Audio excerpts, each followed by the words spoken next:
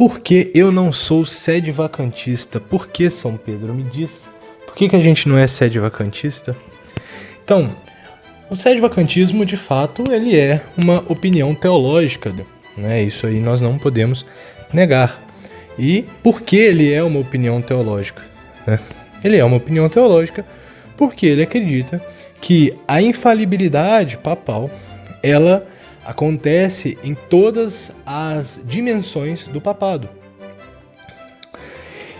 Porém, o magistério da Igreja, desde o Concílio Vaticano I, afirma que o Papa ele só é infalível quando ele fala ex cátedra, ou seja, através do seu poder de autoridade papal, né? O magistério ele não garante que fora disso o Papa é infalível.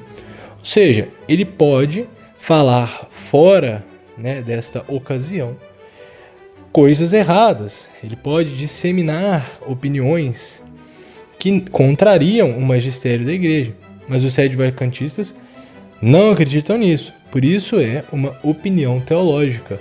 Ou seja, eles têm essa opinião de que o Papa ele é infalível em qualquer momento. Tudo que ele falar tem que ser verdade. Porém, como eu já disse, o magistério da Igreja não garante isso, né?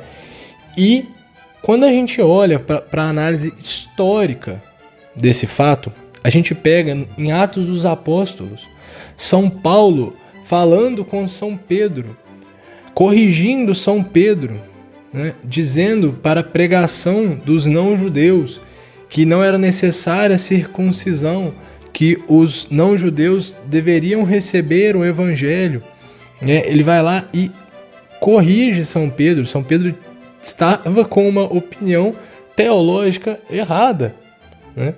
E São Paulo vai lá e corrige ele, né? Mas também em outros momentos da história, como o Papa Honório, que ele era um Papa ambíguo, foi condenado por 3 concílios ecumênicos posteriores, né? Porque falava, né, dava opiniões que eram contra o magistério da Igreja, né? Também o Papa João XXII, né, que nos seus discursos públicos, né, ele também proclamava ambiguidades, né? Papa João XXII do século XIV, inclusive o Papa João XXII ele comete um erro teológico sobre a visão beatífica, né? O caso de Honório, né, no século VII tem mais uma relação com as suas cartas. Agora o Papa João XXII, no século XIV, ele tem uma relação um pouco mais grave em certo sentido, porque ele negava a visão beatífica.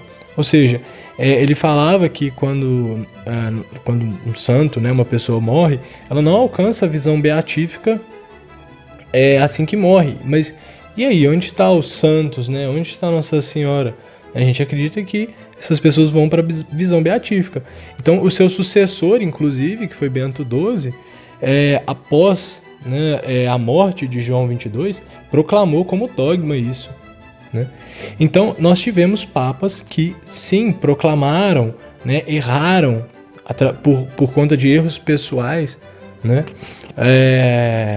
questões erradas, né? Assim como São Pedro. Porém, isso não os faz perder o papado, né?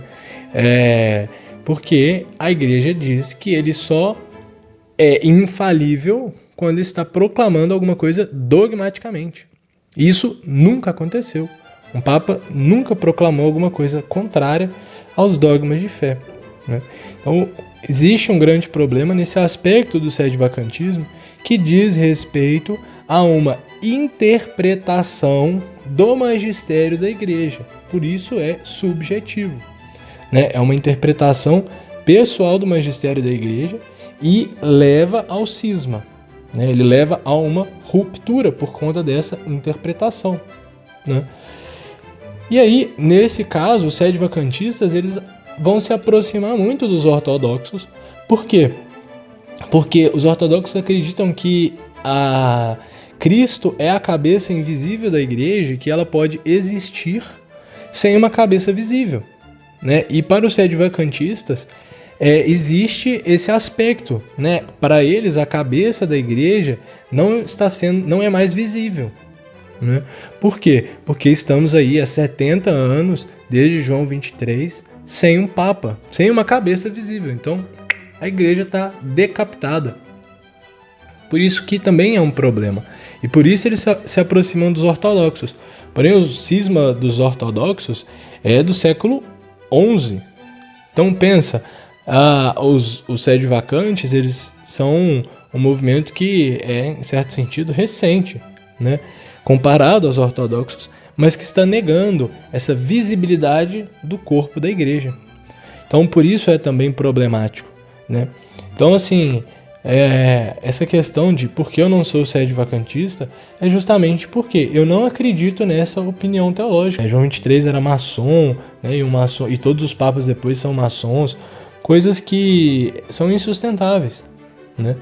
Então, do ponto de vista, né, dessa questão do sede vacantismo, a gente pode dizer assim, né, que é uma opinião teológica cismática, né, e que, analisada sob a luz do magistério da igreja, ela não se consolida na realidade e se torna perigosa para a fé de cada um de nós. Capite?